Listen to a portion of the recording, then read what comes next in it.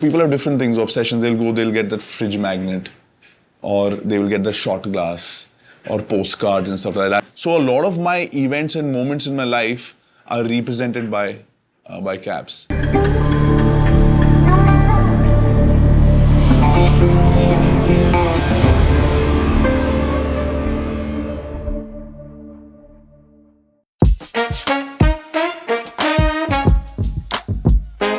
Hi, I'm Rannvijay and I have many obsessions. One of them is caps.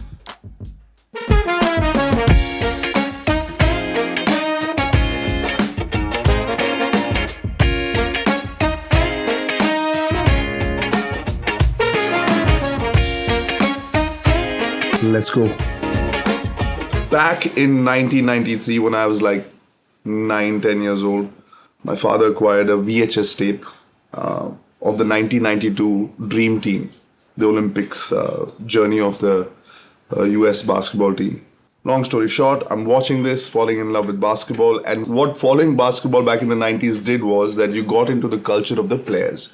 Following Michael Jordan, I'm following Allen Iverson, Kobe, all of these guys. And when it comes to basketball, you're looking at the sneakers, and then they were into hip-hop. I bought my first Jordans then, my first Kobe's. Kobe was with the Adidas then. My jerseys, I got a Kobe jersey, a Bulls jersey, and I bought a few new era caps. Initially, it was like just get different color caps, different styles, different trucker hat, get this, get that.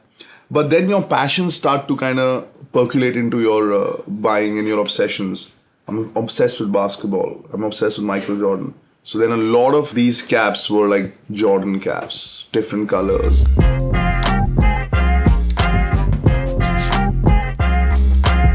I'm a Golden State Warriors fan. So this is like 2-in-1. It's very special because I don't have to wear two different hats to say if I'm wearing this, you know that I love the Warriors, you know that I love camo. It represents many things in me. And this is another great company that makes caps. Michel and Ness, they are very good. They make really good merchandise. This particular cap, as you can see, from the regiment that was posted in Siachen when I was there. Siachen is the highest battlefield in the world. More than fighting your enemy there, just sacrificing, staying away from family, and those living conditions are harsh. So it reminds me of all the sacrifice that the Indian Armed Forces does for us every day.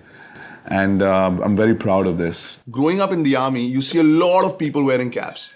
Caps are part of uniforms. So I've seen a lot of people wearing caps also. That influence was not, it was not like suddenly I was like, oh man, this is a nice accessory. I've seen it from the day I was born.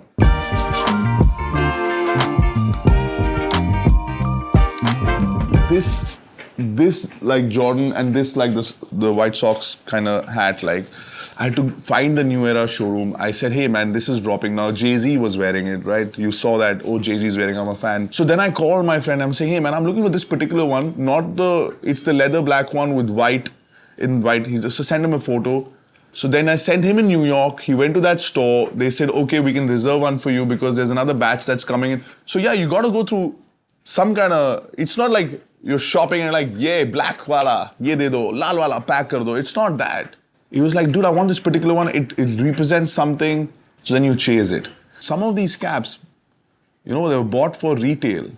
And now if you want to get the same, because they don't launch again. Some of them are like drops, like some of those Jordans, even this one for the team. If somebody's a fan of that team and they want that, they'll have to pay resale value. So caps have also gone up in price.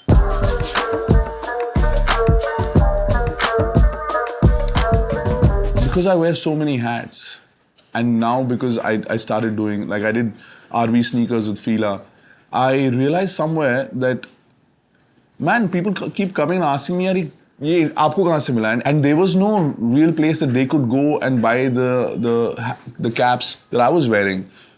So I went to one of these cap makers, zeroed down on this company called Urban Monkey. I met Yash and I was like, bro, I want to do something with you. I have a different sense of style. I have a different sense of colors. So that cap is so emotional because all my passion and obsession for caps has now kind of funneled down into it being exactly like when I would follow Michael Jordan and his logo would be on my hats. These hats, every time somebody wears, it's a full circle. Somebody's wearing my hats. So when I did my line of RV caps, I also did for Squadrann, and it has my like signature camo is there, military green is there, and all the guys from Squadrann like Varun and Prince, Harman, everybody's been rocking these. A lot of these guys, skateboarders and BMX bikers, they were such talented guys, but in India there was no place for them. Like there was no place that they could just go and do their thing and get some income out of it. So I said I'll make a group where we get brand solutions, and I'll be part of that, and other people who are a little saleable. So we've done a lot of videos for many different brands through Squadrann, and that's how the skateboarders and the BMX riders and the stunt rider, all of them, you know, it's part of their kind of job, financially supports them.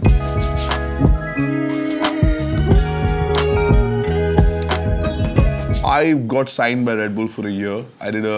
This is when I was turning 30, and I went across the world and met extreme athletes and tried their sport, made a show, produced it, and I came back. So now I was part of the RedBull family, and you know, that was like growing up for a guy who's an adventure freak. And the first F1 was happening in India, and that was a huge thing for India, like a first F1 in the Booth circuit. And then I was in the RedBull pit, the whole race. So it became so special because one, like MTV or other things that I've done, this is a brand that I've loved and I was part of it. And then for the first race, which is a huge thing for motorsports in India, an F1 race, I was there, and this is the memory from there. So this is also very special. This, my friend, was bought in 2011 on the day of the World Cup final from the stadium in Wankhede, and I was wearing it when we won. So what happened was that everybody went out to party, right after that. And I removed it, and I was like, dude, I'm going to lose this tonight. Throughout that night, I was just checking. I still have it, because this was the one thing that is, we won the World Cup, man, in 2011. And I was there, and so this has become very special. I haven't worn it ever since. This is that video game that we used to play in the 90s when Mario, Contra, everything used to come in like one cartridge. You'll have like 1,000 games. And Galaxy was one of those games, and it was just like so addictive.